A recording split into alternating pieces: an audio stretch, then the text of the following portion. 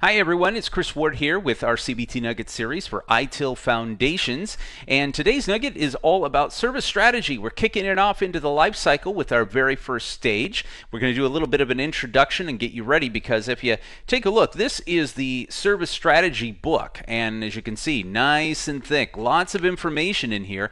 The good news is at the foundations exam level, there's just a real nice 30,000 foot overview that you need to know. And we're going to cover all the things we need to know about service strategy over the next few nuggets, but let's start off with an introduction. Service strategy is something that many of us would think is obvious in any IT organization, right? You need to strategize. You need to think about what it is that you are going to provide for another organization, whether it's your internal organization or whether it's an external customer that's also an organization. And you can see that service strategy is at the core of what we're trying to do. Now, according to the manual, the purpose of the service strategy stage is to define the perspective, position, plans, and patterns that a service provider needs to be able to execute in order to meet an organization's business outcomes.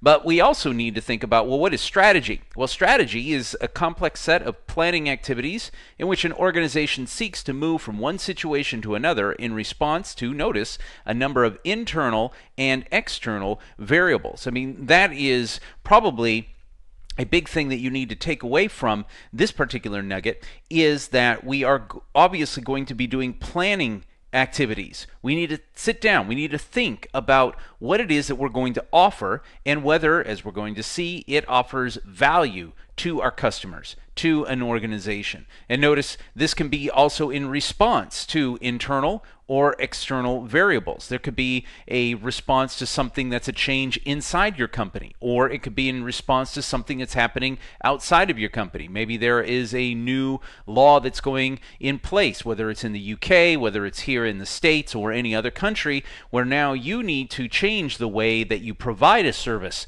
to somebody based upon things like rules. A great example of this was when I was doing some consulting work and did a lot of wireless installations, and also had a friend who had a chiropractic business. And so he says, hey, can you come in? I need to go server based on my operating systems, and we need to add this new software package. And by the way, I want a wireless solution throughout my offices. And I said, sure, not a problem. Went in, got it all put into place, and I thought I was good until I got a phone call about 2 weeks later where the doctor friend says, Chris, have you ever heard of HIPAA? And I was like, no, I have no idea what that is. And he says, well, I need to provide security and I need to do all this because of the Healthcare Information Protection Act. And all of a sudden I'm like, wow, okay, so I need to add more security. I needed to secure all the wireless better. I needed to do all these things to make sure that we secured things. Well, that was a response to something that the government put into place. And of course, I immediately went into strategy mode because I had to learn some things. I needed to plan for things in order so that way we're providing that service, or in my case, I was providing the service to my doctor friend, but then he is going to be taking that and providing a service to his patients, and we needed to make sure all that works. So that's why service strategy is very important.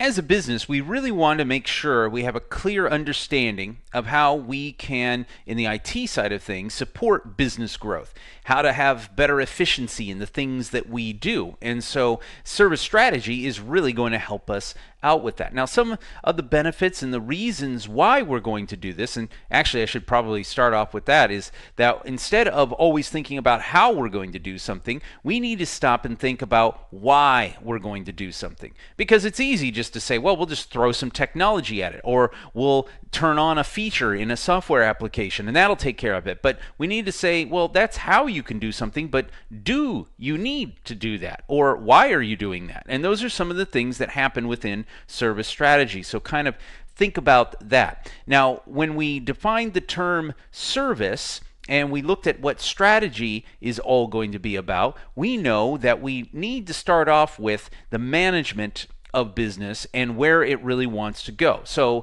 in this case, if our client is going to be, we got James Conrad and we got Jeremy Chara here opening up the Acme coffee shop, and they want to be able to provide a good service to their customers in providing hot drinks and tasty sandwiches and all those kind of great things that we talked about. We need to know basically within the IT world how the organization is going to use and manage technology. Now, we're using the Acme Coffee Shop to kind of give you an idea in a real world example of what strategy, what the operations, the design, and all those things look like. But just take those principles and then apply them to whatever your IT role is, and you're going to see how this is going to work. Now, one thing, when we talk about defining the roles of services and service providers for the business objectives, we said that strategy needs to be in place. Now, we get a lot of where we go with strategy from Henry Mintzberg, who's a Canadian guy, and he came up with actually the 5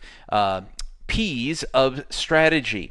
But the 4 forms that ITIL are going to talk about, first off, start off with perspective. This is going to say, well, number 1, what is our view of ourselves, basically? What is the vision? What is the direction that our business wants to go to? Then you've got positions. Positions is where we are in relation to the rest of the market. So basically, in the words of Acme Coffee, it would be, well, where are we in the realm of Costa Coffee or Starbucks or Coffee Bean, Tea and Leaf? Where are you positioned in comparison to your competition? That's one. Or number 2. And then plans. You obviously need to think about the details for supporting and enhancing your perspective and position. So this is going to be something like, well, where do we want to be?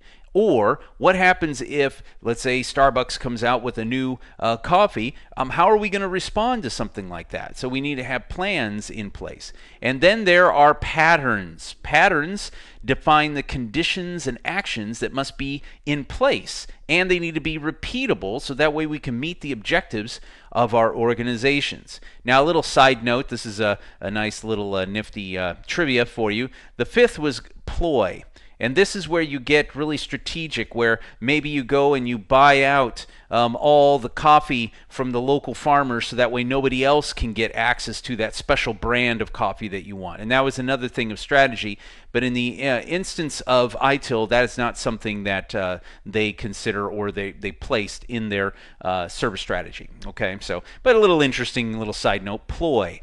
Being, sneaky, I guess, is another way of looking at that. So we want to be able to obviously create service value, right? And so there's a formula that I'm going to bring up here on the screen, and this is something that's very important. You guys really need to know this, especially for your foundations exam, and that is the formula for how you create value, and that is utility plus warranty equals value.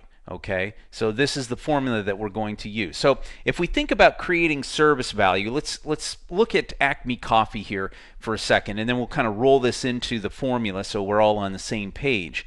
When you do value creation, we obviously are going to have customers that have a perception about what their service is and what they want to achieve. And then there's always, of course, preferences of a customer. So if you have customers coming in here to Acme Coffee, they have certain expectations. So let's use, for example, the experience of getting a cappuccino, okay, or a coffee drink here at Acme Coffee. So obviously, if you think about it, that service, you can do that in the home, right? Which you could do. We talked about that. You can get your own beans, you can grind them, you can do that, or you're going to outsource it to, in this case, Acme Coffee. So the business outcomes for the service delivered would be based on, let's say, a need. You need some caffeine in you, right? You need a hot cup of coffee. Maybe it's green tea. Maybe you want a hot drink with a little caffeine, but you want to be healthy. Socializing, coming out to the Acme Coffee shop and hang out with your friends and family or your coworkers and things like that. Well, obviously, you can do things at home. You can also provide tea and coffee. You can invite your friends over to your house, but eating at the Acme Coffee or drinking something at the Acme Coffee obviously is going to have some good benefits. So it could be the quality of the coffee. It could be providing the ambiance of the coffee shop. Is it a place that seems warm and inviting? I actually worked for Starbucks for several years, and Actually only 1 year. And when we were doing that, one of the things they talk about is that they want it to be the third place. You've got your home, you've got your work, and then there's the third place where you come and you hang out and you have coffee and you maybe even do some work on your laptop or your thing. And so if we think about it, that's the service value that James and Jeremy are going to try to provide. So that whole coffee experience is basically a product of wanting to get that outcome of a person who wants to come in and have a good cup of coffee. Well, how do we do that? Well, that's where the formula that we see here comes into play. We have service utility. And when you think of service utility, I want you to remember this: fit for purpose. This is basically, in the IT world, describing what the service does and what it gives in a positive way for the business. Now, this could be anything from, making sure that you have access to the files. It could mean that you want to be able to enable a communication suite, so that way they can use like Skype for Business and use the instant messaging capabilities, persistent chat capabilities, and things like that in order to provide a IT service delivery for them. Now, in the coffee shop, we would say that is the ability for you to provide the coffee drinks and, of course, any of the food, the sandwiches, the salads, or anything like that. That is the utility. This is basically talking about whether you support the performance that's necessary, or maybe you need to remove some constraints. So that's a couple other things to remember. Do you support performance, or are you able to remove constraints? Remove constraints, I mean, what's holding you back? Are you able to remove that in order for your tasks? Is it fit for purpose? Then there is service warranty. Service warranty, I want you to remember, is it fit for use?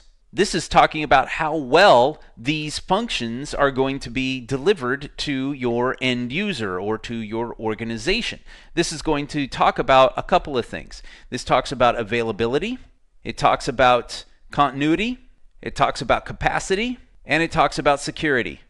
So if we look at it from the Acme Coffee side of things, we would say are you making sure that you serve your hot drinks hot and not lukewarm? Are you making sure that you have all of your inventory in place, so that way when people come in and they want their pumpkin spice latte, if you're out of the pumpkin spice part of it, well, that's not good. That's not available, is it? So you need to think about it. Are they available when they order their salads? And hey, guess what? You're out of the chicken that goes on the salads. And making sure that the meal or the coffee drink can get to the person quickly. And not only that, that your store remains open. That's where the continuity comes in place. Now, if you're talking about it from an IT side, that could be something like, hey, are your WAN links sufficient in order for your sites to communicate and not have any problems or issues? Do you have any redundancy in place in that? What are the hours of your support desk? Are they 24, or hey, do you do something like a 8 a.m. to 5, only work hours, something like that?